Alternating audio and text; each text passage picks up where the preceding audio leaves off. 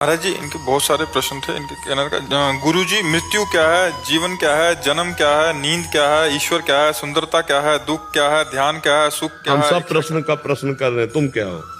मैं इस शरीर का सारथी बना हुआ हूँ। कुछ नहीं, सारथी कौन है? मैं कुछ नहीं हूँ। मैं अपना परिचय क्या दूं? मैं कुछ नहीं हूँ। तो फिर प्रश्न ही नहीं बनता ना। कुछ नहीं से कोई प्रश्न होता है भाई? कुछ नहीं से कोई प्रश्न होता है? प्रश्न करता तो बने हो ना, तो कुछ नहीं प्रश्न करता। बुद्धिमानी नहीं, चतुराई नहीं, सही में चलोगे तो हर प्रश्न का उत्तर तुम्हीं से हम दिलवा देंगे। अभी बच्चा, जब तक जीव भगवान की शरण में नहीं होता और भगवान का नाम जप नहीं करता, तब तक उसको कुछ समझ में नहीं आता। ऐसी माया की धुंधली भरी आंधी है कि जो ज्ञानिन कर चित अपहरई, बरियाई विमोह बस करी। तुम तो बच्चा हो भी। जो ज्ञानी महात्मा है, उनकी भी आंखों में धूल झोंक कर उनकी तपस्या अपहरण कर ले जाए, ऐसी माया भगवान की विचित्र है। हम पहले ये स्वीकार करें कि हम भगवान के अंश हैं। मानते हो अपने को? तो आप कुछ नहीं हुए नहीं बोलोगे। आप क्या बोलोगे? मैं भगवान का हूं। भाषा बदलो। मानते हो कि नहीं? पहले मानते भगवान के अंश हो, ये मानते हो आप?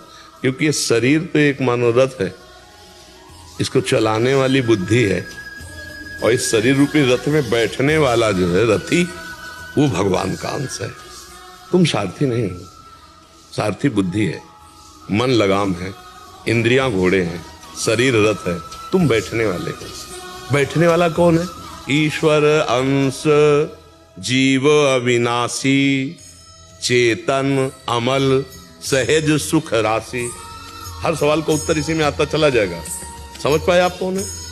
अब आपसे पूछे आप कौन, तो आप क्या बोलोगे? भगवान का अंश। भगवान का अंश है। अब आपका उद्देश्य क्या है? जीवन। आपका जीवन क्या है? भगवान को जान लेना या अपने को पहचान लेना।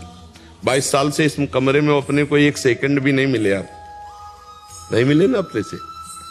बढ़िया उत्तर दे रहे हो। इसी को जानना जीवन है, और इसी का ना जानना मृत्यु है। जब अपने को नहीं जानते और शरीर पे राग कर बैठे, तो शरीर के द्वारा जो शुभ अशुभ कर्म बने, तो पुनरपि जननम पुनरपि मरणम पुनरपि जननी जठरे शयनम, बार बार जन्म, बार बार मृत्यु, बार बार माँ के गर्भ में। यही भूल हमको ले जाती है। इस मनुष्य जीवन का लक्ष्य क्या है?